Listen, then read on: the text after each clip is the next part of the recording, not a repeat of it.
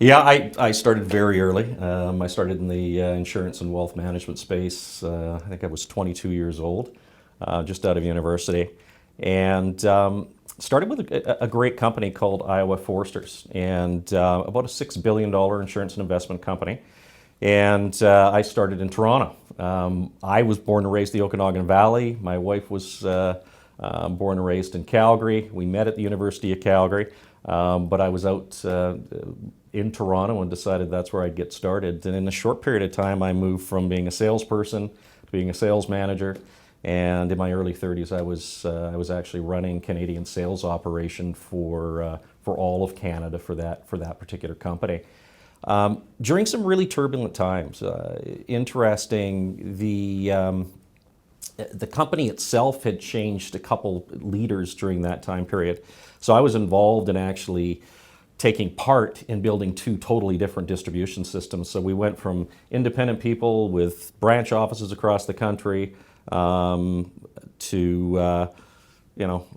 taking all those branch offices, shutting them down, and making all those people truly independent, and then moving 180 degrees and going and building these offices back up and building the bricks and mortar. So real change in the industry, but it gave me an opportunity to use a lot of consultants and to really look outside of Canada for solutions. And near the end, I was a young guy in his early 30s. Virtually everybody else in the management team was in their late 50s, early 60s. I wanted to change the world, and most of those individuals wanted to keep it the same.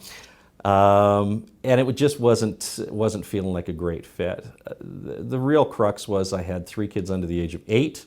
I did 135,000 miles on the airplane going all across Canada, the United States, and the United Kingdom, helping build distribution, and decided that I wanted to be a better husband and a better dad, and it was time to start a company called WealthCo. So I started WealthCo almost exactly 20 years ago.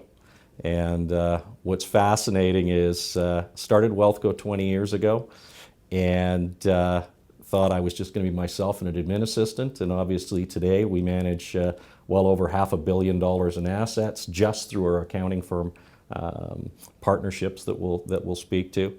And when I started in the business, what was interesting is I dealt with actuaries and accountants all day, every day.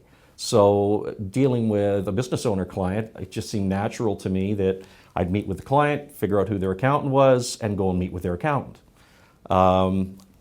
That's what I did with all the first clients I had, went and met with the accountant, and all of them said exactly the same thing.